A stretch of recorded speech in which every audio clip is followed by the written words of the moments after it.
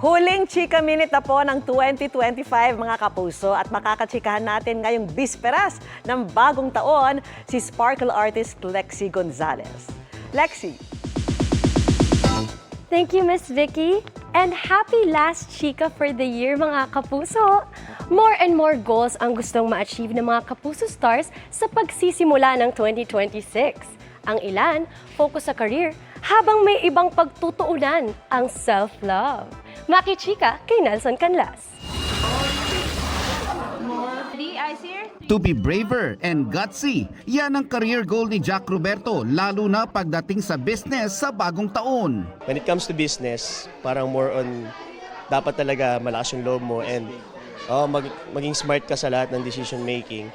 Pagdating naman sa career, of course, stay focused, especially sa pag-build ng career and sa pag-explore pa ng iba't ibang characters.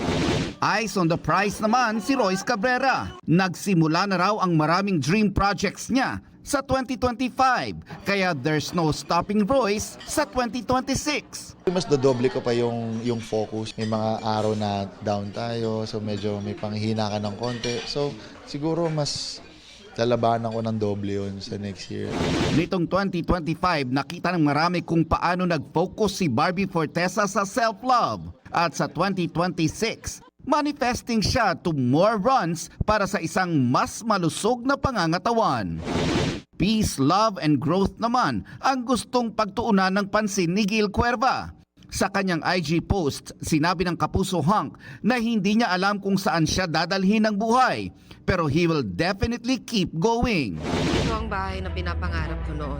Excited naman si Beauty Gonzalez sa parating na taon, lalo at magsisimula ang 2026 with a new series, ang House of Lies with Chris Bernal, Martin Del Rosario, Mike Tan, at marami pang iba.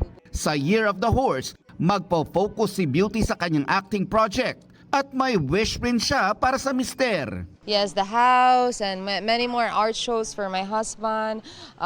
Yes, and just continue working. And thank you, GMA, for always believing on me. Ang tagal-tagal na rin, ayoko umiyak, pero sobrang papasalamat po ako kasi sunod-sunod po yung blessings na binibigay niyo po sa akin. Leaving it up to God naman, si Sangre Terra Bianca Umali, lalo't hindi naman daw siya pinabayaan ng Panginoon sa nagdaang taon. For 2026, kada taon po ay hindi po talaga ako nakapag-set ng goals dahil as a person, I go with the flow. I like spontaneous surprises by God. Siguro, pananatilihin ko na paghirapan na piliin pa rin maging mabuting tao araw-araw for the year of 2026. Nelson Canlas, updated sa Showbiz Happenings.